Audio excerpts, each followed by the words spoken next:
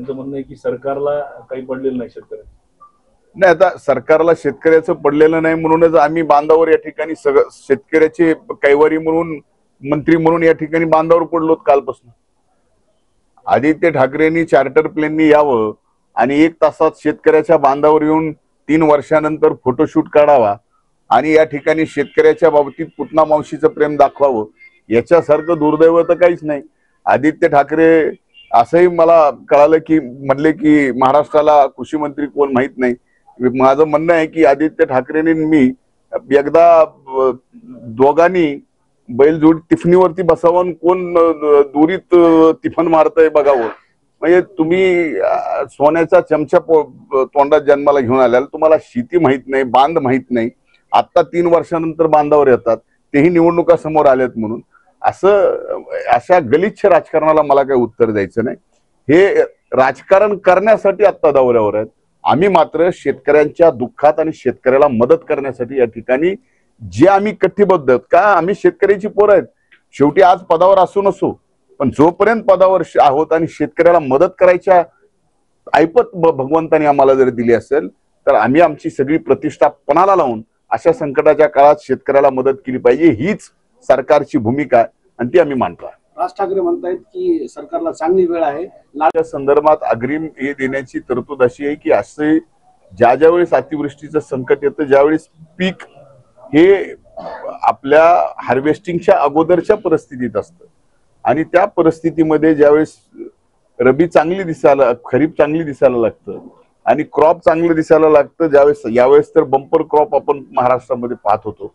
आणि अशात अतिवृष्टी निर्माण झाल्यामुळं आणि अतिवृष्टीमुळे पीक पाण्याखाली गेल्यात.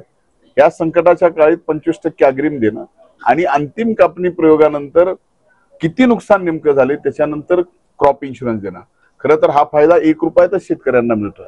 मागेही या ठिकाणी दिला. काही ठिकाणी ज्या कंपन्यांनी अशा पद्धतीनं शेतकऱ्यांची अडचणी निर्माण केली त्या कंपन्यांच्या वर आम्ही कायदेशीर कारवाई करायला सुद्धा मागं पुढे पाहिलं नाही. त्या ठिकाणी कारवाई करून शेतकऱ्यांच्या पदरात आम्ही पीक विमा कंपनीचे पैसे या ठिकाणी जे शासनाने भरलेले आहेत. मला तर सांगायला या ठिकाणी अतिशय आनंद होतोय की मागच्या वेळेस 8,000 कोटी सरकारने राज्य शेतकरी आणि केंद्र सरकारचे मिळून हप्ता भरला, तर 8,000 कोटी शेतकऱ्यांना या ठिकाणी महाराष्ट्रातल्या मागच्या वर्षी पीक विमा देण्यात आला. म्हणजे 1 रुपयाचा फायदा सुद्धा पीक विमा कंपनीला आपण होऊ दिला नाही. त्यामुळे यावेळेस सुद्धा त्याच्यापेक्षा अभूतपूर्व परिस्थिती आत्ताच निर्माण झाली अतिवृष्टीमुळे. तर पीक विमा कंपनींना सुद्धा आम्ही तेवढ्याच ताकदीने शेतकऱ्यांना मदत करायला सांगितलं. त्यांचं म्हणणं आहे की सरकारला काही पडलेलं नाही शेतकऱ्यांना. नाही, आता सरकारला शेतकऱ्याचं पडलेलं नाही म्हणूनच आम्ही बांधावर या ठिकाणी सगळं शेतकऱ्याचे कैवारी म्हणून मंत्री म्हणून या ठिकाणी बांधावर पडलो कालपासून. आदित्य ठाकरेंनी चार्टर प्लेननी यावं आणि 1 तासात शेतकऱ्याच्या बांधावर येऊन 3 वर्षानंतर फोटोशूट काढावा आणि या ठिकाणी शेतकऱ्याच्या बाबतीत पुतना मावशीचं प्रेम दाखवावं, याच्यासारखं दुर्दैव तर काहीच नाही. आदित्य ठाकरे असंही मला कळालं की म्हणले की महाराष्ट्राला कृषी मंत्री कोण माहित नाही. माझं म्हणणं आहे की आदित्य ठाकरेंनी मी एकदा दोघांनी बैलजोड तिफणीवरती बसावून कोण दुरीत तिफन मारतय बघावं. म्हणजे तुम्ही सोन्याचा चमचा तोंडात जन्माला घेऊन आल्याला तुम्हाला शेती माहित नाही, बांध माहित नाही. आता 3 वर्षानंतर बांधावर येतात, तेही निवडणुका समोर आल्यात म्हणून. अशा गलिच्छ राजकारणाला मला काही उत्तर द्यायचं नाही. हे राजकारण करण्यासाठी आता दौऱ्यावर आहेत.